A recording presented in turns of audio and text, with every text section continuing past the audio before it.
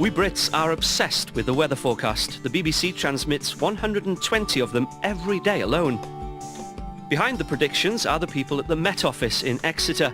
From here they supply crucial weather analysis, not just for the UK, but worldwide.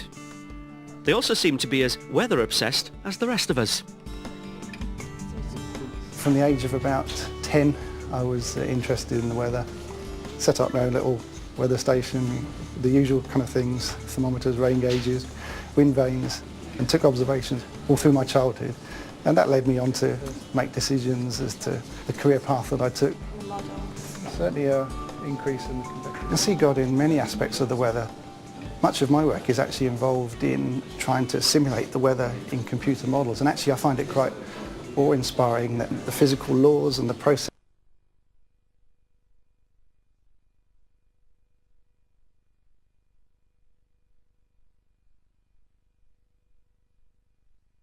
Global weather events that can be a matter of life or death.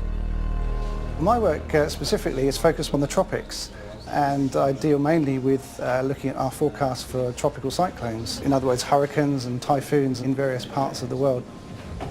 And our role in that is really to provide information to the people who may possibly be in the way of the hurricane or the typhoon as it approaches.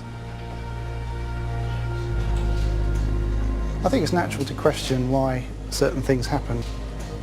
In terms of my faith, I think we don't always understand why God allows these things to happen, but what we do know is his heart, and his heart is a heart of compassion. And I think in these kinds of instances, rather than maybe shaking our fist at God and saying, why have you let this happen, maybe we should ask the question, how can we show something of God's heart of compassion to those that are affected by such disasters?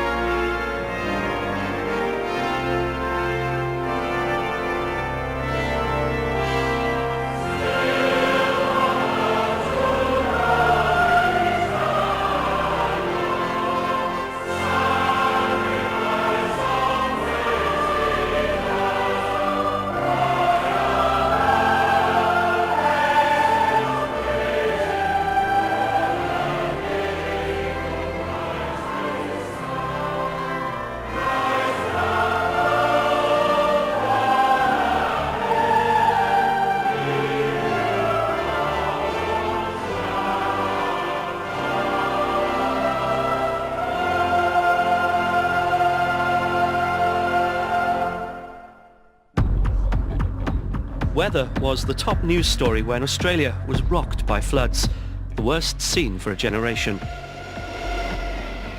At the time, there was intense debate over whether climate change was behind the devastation.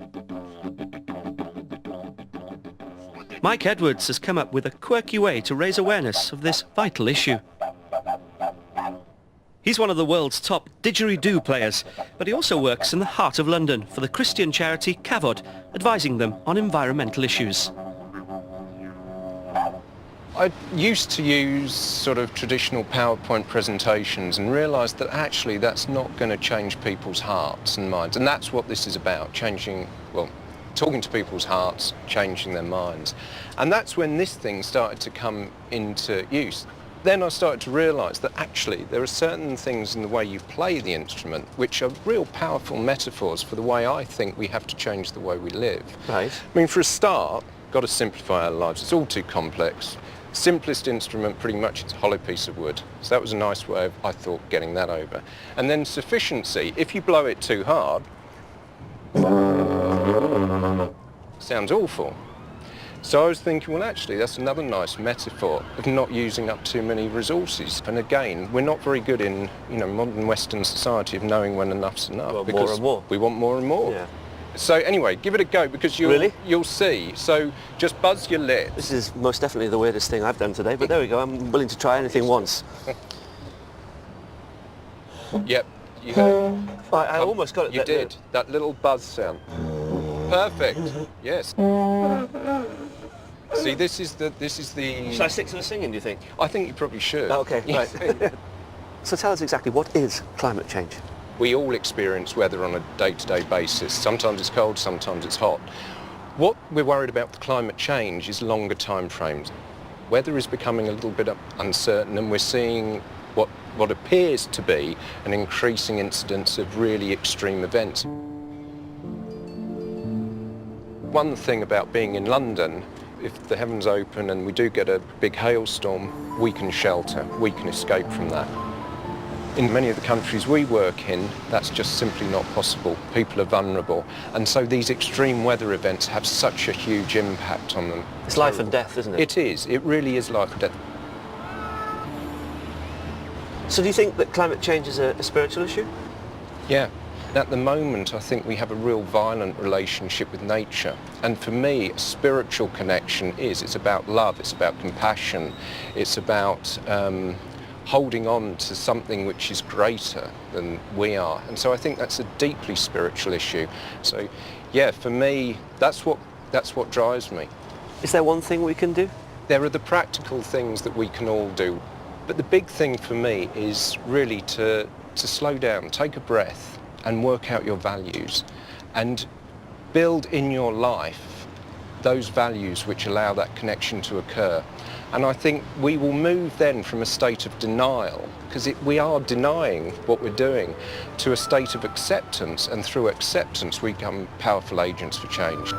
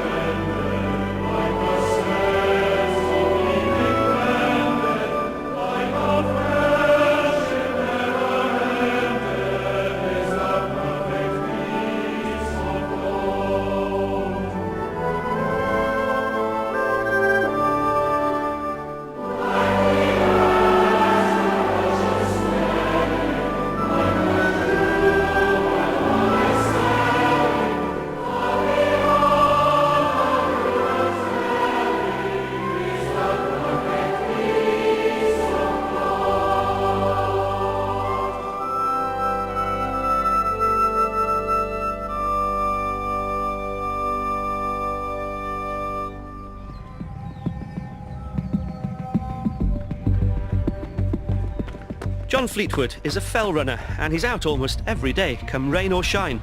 But his favourite weather to run in isn't what most of us would call ideal for a walk in the hills. Right, really is very nice now. You see the snow, it's going pretty high. Horizontal! I search out the beginnings of the ridge, but can see nothing. I mean nothing. Nothing at all. Up is down, and down is up. Mist is snow, and snow is mist. Each step is one of faith into the unknown. Suddenly, I sense danger, and for the first time ever, I am utterly, completely, and very seriously lost. I was always interested in the mountains. Right from the age I was 6, I can remember seeing a mountain and I thought, I just want to climb that. Last December, I had a trip to the Cairngorms, and this was a challenge over 75 miles and 18,000 feet of ascent. I did it in the middle of the winter. That's the time, of course, when it's most challenging. And to actually be out in those sorts of conditions reminds you of the power of God. In the 56 hours John was trekking, he saw every type of weather imaginable. After a bright sunny beginning, the weather changed. John knew he was in for a battle with the elements. My feet are just freezing, so I better get up that hill. I've got freezing rain driving in on a 40-mile-an-hour wind, and when that rain hit me, it was super cold, so it froze on everything, so the complete jacket was encased in a coating of ice. And I had a 3-centimetre icicle from my torch. Weather's an absolutely integral part of the challenge, because you don't know what's going to happen. Weather can cause you to fail. Yuck. It's pretty miserable now, isn't it? I guess some people would think I'm crazy to do this sort of thing. But I think one of the attractions is that it's a raw challenge where there is no backup. And I think there's an appeal in that. I think what sustains me is actually feeling God really close at every moment. In fact, I feel God closer at those times than at any other. My wife Alison thinks I'm nuts. She prays a lot for me, so that's maybe why I'm still here. And my mum and dad do too.